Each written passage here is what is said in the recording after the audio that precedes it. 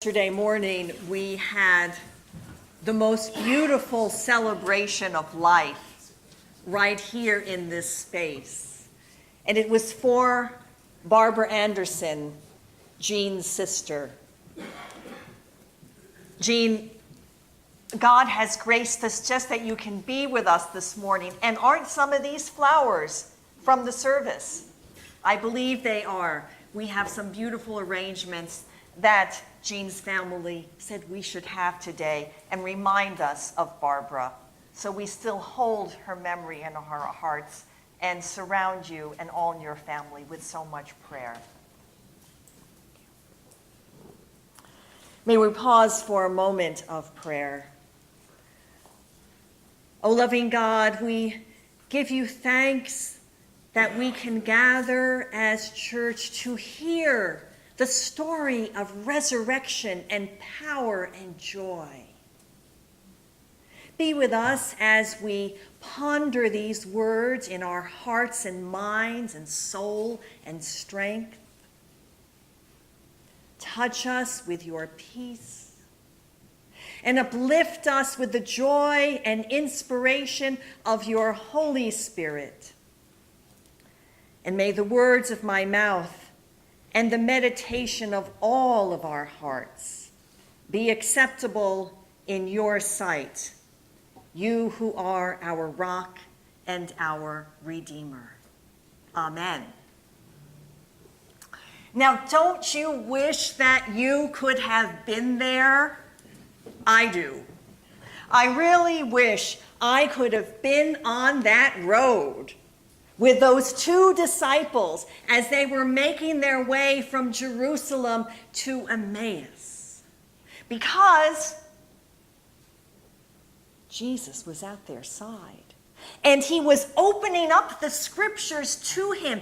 And whatever he did, the way he opened up those scriptures, they said their heart was ablaze. It was warm. Kind of reminds me a bit, for those of you of the Methodist tradition, that great story of John Wesley in the 17th century going to a room at Aldersgate in London, and he heard in a group of people hearing the words of Martin Luther, and his commentary in Romans opened up, and he said, all of a sudden, I felt my heart strangely warmed. And I knew that Christ loved me and had redeemed me. Wow. Well, you know, the apostles, they were having something of that moment. What was Jesus telling them? He was opening up the scriptures. Now, he wasn't opening up the New Testament. Sorry to say, it wasn't written yet. No, he was opening up the Hebrew scriptures. Was he telling them the story of Moses, reminding them that Moses liberated his people from bondage and slavery in Egypt, and the Red Sea parted through the power of God, and they found their liberation and freedom? Was he telling them about Moses receiving the 10 Commandments and opening up that great commandment, you must love the Lord your God with all your heart, mind, soul, and strength? That makes my heart warm. Does it you? Or maybe he was telling them about the prophets and how the prophets said, healing is yours. Healing is yours if only you would find the way of justice and peace for all God's people. Or maybe the Psalms of joy or the Psalms of lament, the Psalms where God meets us in our most visceral moments. What was he opening up to them? I wish I knew. A fly in the air. It couldn't be on a wall because there was no wall, but in the air. Why did Jesus come at that moment? Well, they were making their way from Jerusalem to Emmaus, a 7-mile journey along the road. Now, ancient roads were kind of barren, rocky, windy and twisty, a lot like our lives, aren't they? The roads of our lives. You know, last week I had to make a journey from Orleans to Woods Hole. And I must confess, in all these 8 years, I have not gone to Woods Hole. This is my inaugural trip to Woods Hole. And it was raining, and it was foggy. And for some reason, unbeknownst to me, I put on both the GPS in the car and Siri on my iPhone. And they both started talking simultaneously. And not only that, but they gave me different directions. And so finally, as much as I could discern, I got on a road, and they routed me through the windiest road I have ever been on in Cape Cod, and I'd never been on before. And I'm thinking, where am I going? Am I going in the right place? What's happening? And it was foggy, and I couldn't see, and I was panicked. And I thought, that's the road of life, isn't it? That's the road of our lives. Sometimes it's confusing. We hear many voices telling us what to do. Sometimes it's just circular or windy, and we'd much rather just go right in a straight line, but it won't let us. And sometimes it's just really, really bumpy. It is at those moments that Jesus is most present. Now let me tell you, the apostles didn't believe it. The women had said to them, "We had seen the Lord." And they said, "Yeah, right. Emotional women, you know what it's like with women." Anyone hear that before? Okay. They weren't going to believe it. But Jesus came because they were grieving. All their dreams and hopes had been dashed. Jesus, as far as they knew, was crucified. Everything they had been doing for those years, all of a sudden gone. And they were at their lowest point. And Jesus was not going to let them stay there. He was right by their side. Now, here's the thing about the story. He was there, but they really didn't know it. They didn't know it was Jesus. And how often when we go through those low, twisty, turny times in our lives, and we want Jesus or God to be right there, and we don't know that he is. But according to our story, whether we are willing to acknowledge it or not, there is a presence of God, in particular at those moments when we need it most, but can't see it. But they did come to recognize Jesus. And how did they do it?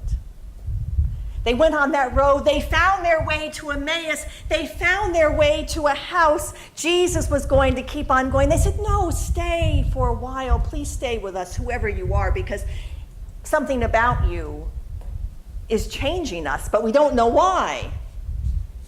And so they came together in a shared community setting. And they had the bread. And their eyes were opened.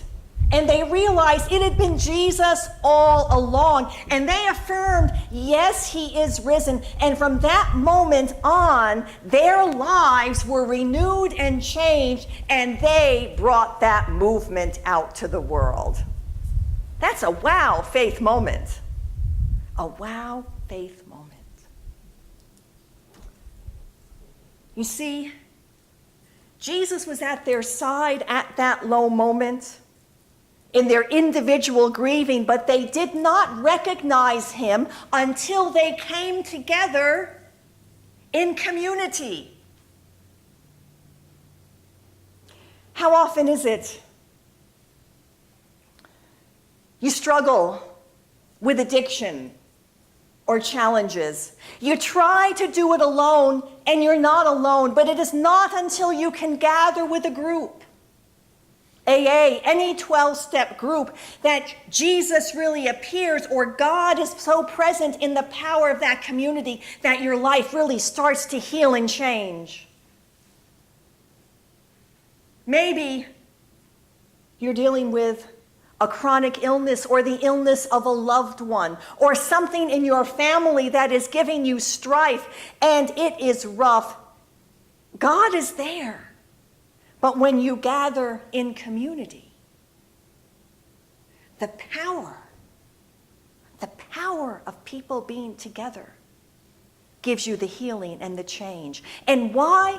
Because you listen to other people's stories. And there is power in that listening to where somebody else is.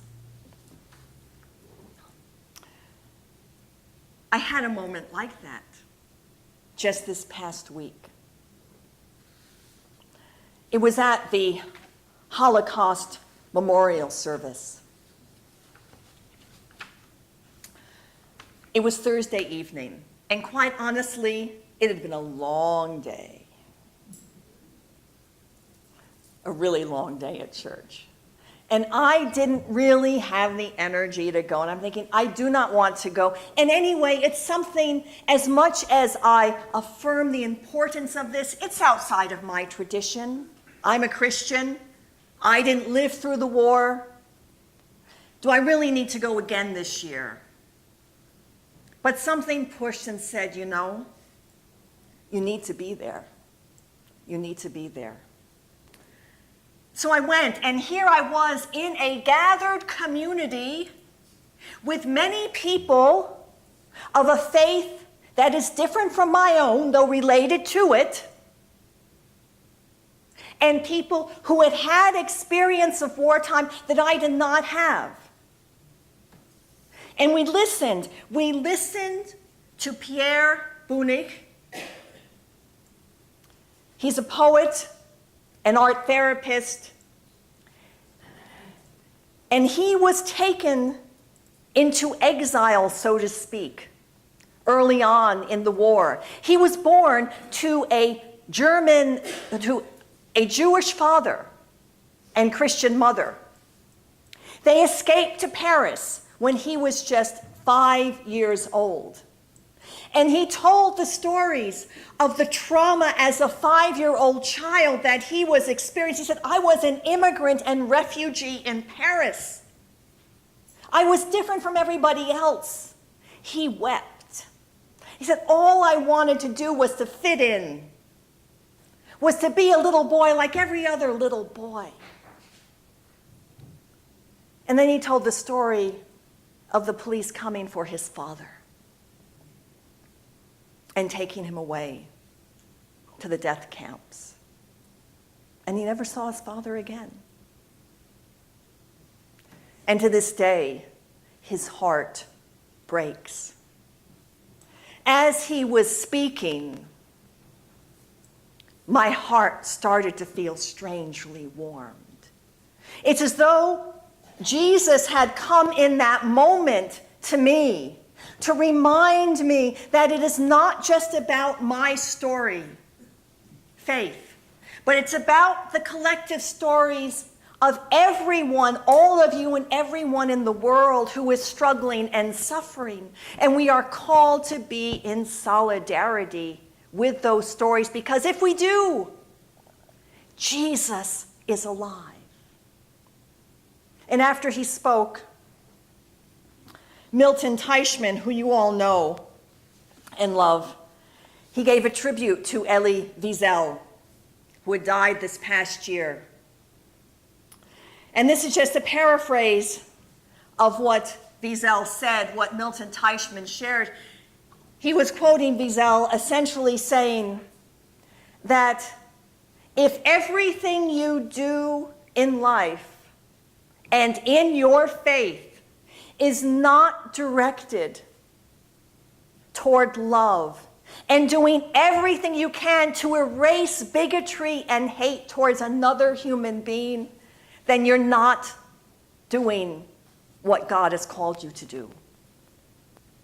And when I heard those words, yes, my heart was warmed as well, because I realized, as faith community, as Christian community, as we are, that is what we are called to do. You see, this story shows us the way from realizing that Jesus is at our side individually in our struggles, but that Jesus moves us to a place of community where we witness to the power of the resurrected Christ and where we see the resurrected Christ more clearly.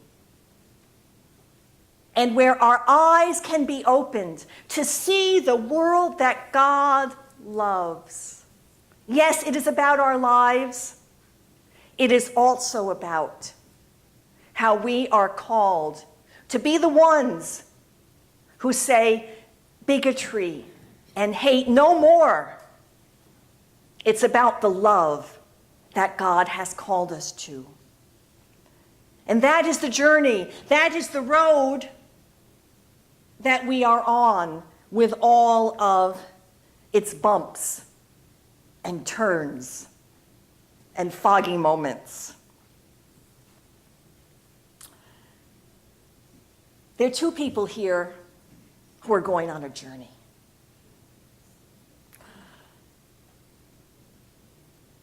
There are going to be a lot of hours on that road. It's taking them from Cape Cod to Pennsylvania. That not only literally is a long drive, but spiritually and emotionally, it is a significant transition time. They are beginning a new chapter, a new beginning in their lives. And like the disciples on the Emmaus Road, they may have questions. They may have doubts. They may have excitement, tinged with a bit of sadness. But here's the thing. They are not going to be alone. And as they make this journey to their new home, even though they may not see it or feel it, Jesus is going to be right there at their side. But you know when they're going to see Jesus? When the resurrected image is really going to be there before them, when they connect with their new communities. Because those communities are there waiting for them. And you will see the resurrected Christ. Now, who am I talking about? You all know. Chris and Dave King, who have been honorary staff members for years and years and years. Dave was on the search committee that called me here. Chris has just been friend and support, and I don't even have the words to explain. And I'm not supposed to get weepy, so I won't. I'm trying not to anyway. But I wonder if they could join with us in the chancel so that we can give them a few gifts and give them a round of applause. And Amy, could you take a photo? With my new iPad? Wow. All right. Chris and Dave, will you join us in the chancel?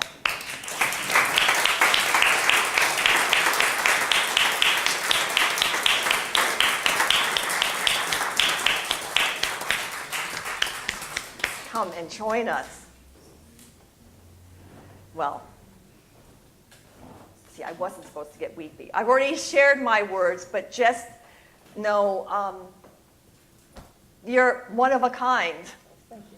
I can't imagine this church without you both here. I know that you are going to bless your new community so much, but I hope that you know that you're not leaving our hearts. And we are always going to be thinking of you. Come back and visit. Just know that we're a part of you as well. Thank you so much. We will never forget this church and you. And no. So, and can I thank Joan Christopher for this wrapping? All right, Joan, yes. This is for you from the church. And this is just a candle to bring light to your new home. So whenever you light it, may it be like the peace candle your own personal peace candle from the Federated Church of Orleans. Can we give Chris and Dave a big round of applause?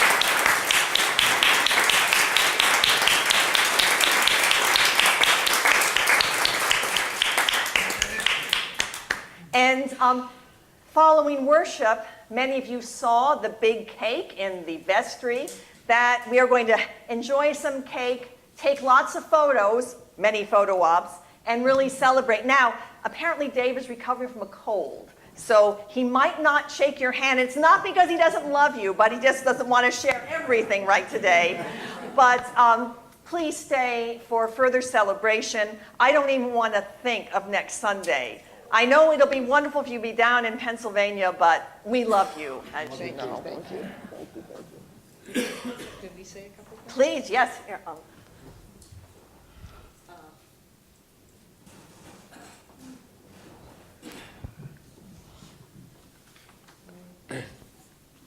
What comes to mind right now is a quote from Mary Oliver, one of my favorite poets. And the quote goes something like this: "Sometimes all I need to do is stand in place wherever I am to be truly blessed." And both Chris and I have been truly blessed to be here, to be with you. We love you and we miss you. I echo those words, certainly. When we first joined this church 20 years ago, I think some of you have heard this story, but the first day we came to the church, which was at the end of '96, 3 people greeted us that I can remember. It was Marge Whitig, Mary Ellen Vanderwater, and our own Marion Kennedy. And I will never forget the 3 of them and the nice things they said. And we had a good group joining that day: the Stockwells and Alice Weber, a couple of others, Dave's mom, and we went to Eileen Nolan's house after church for dinner. It was really, really nice. We will miss every single one of you. I look at all these faces and what friends we have and what a wonderful church this is. We will never find another church like this one.